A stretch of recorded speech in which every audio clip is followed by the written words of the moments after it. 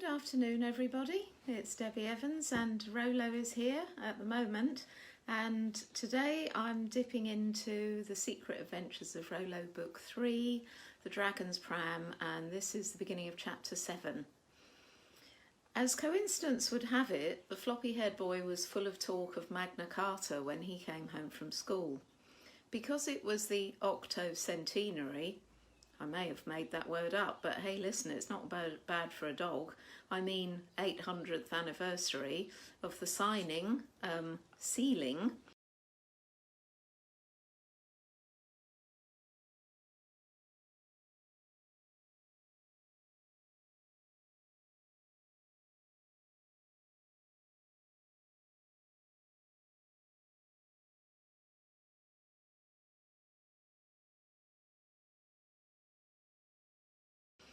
Children all over the country have been studying the famous document at school.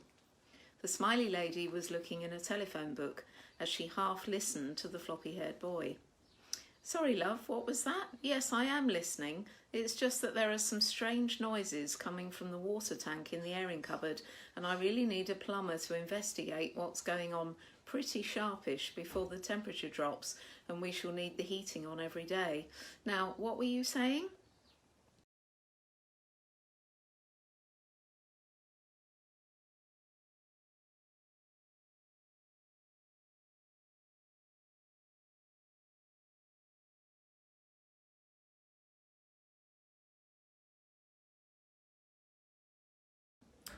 I froze, rooted to the spot with an ear up, wondering how I could get to the airing cupboard undetected and as quickly as possible. So, Mum, we're going to Salisbury Cathedral to see a real version of Magna Carta in an exhibition there, the floppy-haired boy said excitedly, waving a permission letter at the smiley lady. There are only 4 copies in the whole of England. Shame I can't come with you. It would be really cool, he said to me.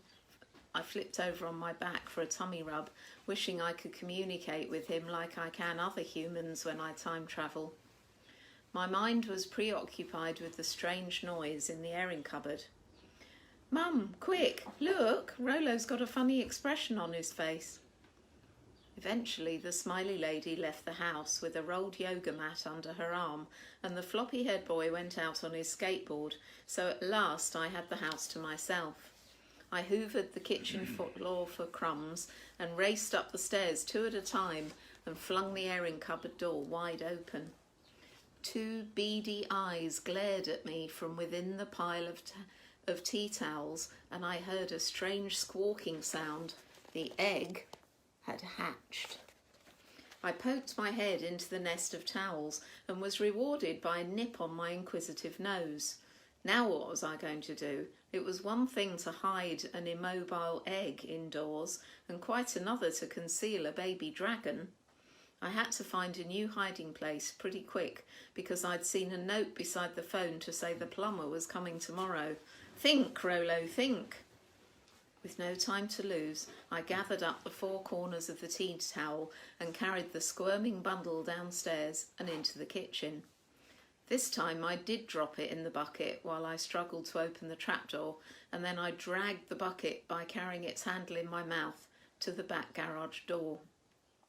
Luckily the door wasn't locked, and, using the stool the smiley lady uses to rest the washing basket on, I managed to open the door by leaning heavily on the handle.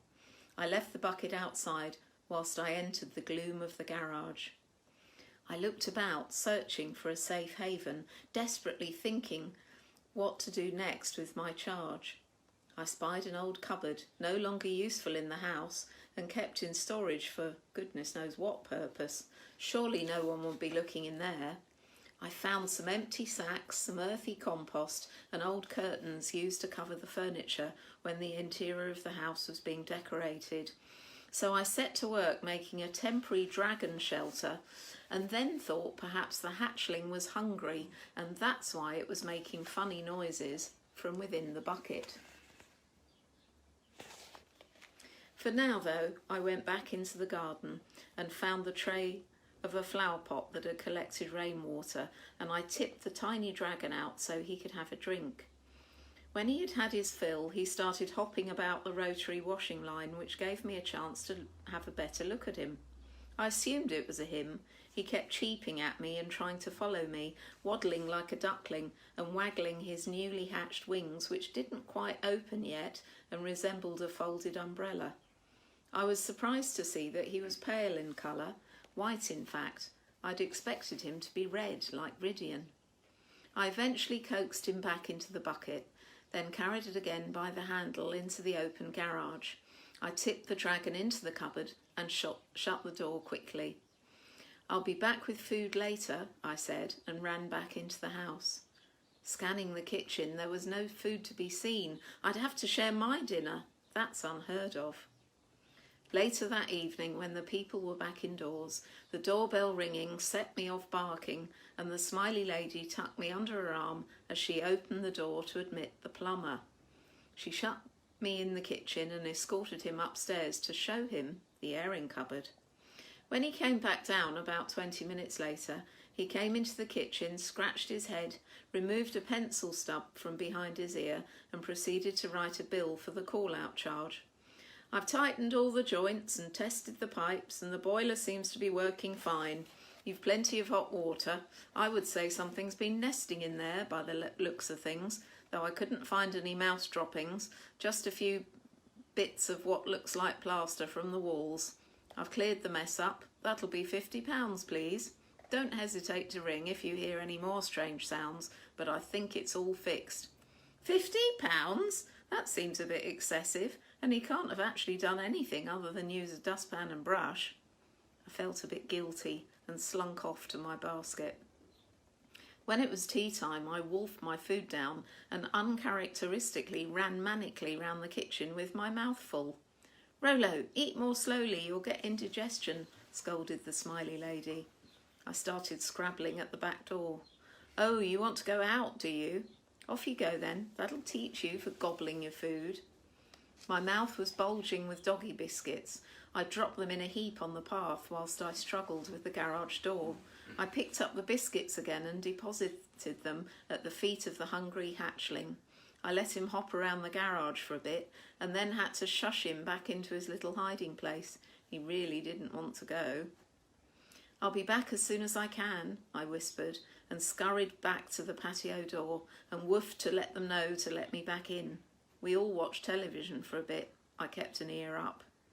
As soon as the occupants of the house went to bed, I wasted no time in rushing to tell Athelstan that the egg had hatched. "The hatchling can't stay in the garage, he's making too much noise," I garbled, anxious to sort out the problem. "Don't worry, little pup, you can bring him back to the forest very soon. Yulia and Dar have been busy searching for a place for him to grow up safely, where we can all keep an eye on him. I'll send word when we're ready for him, but for now you must keep him as quiet as you can." So that's all for today, and I'll be back tomorrow and I will continue that chapter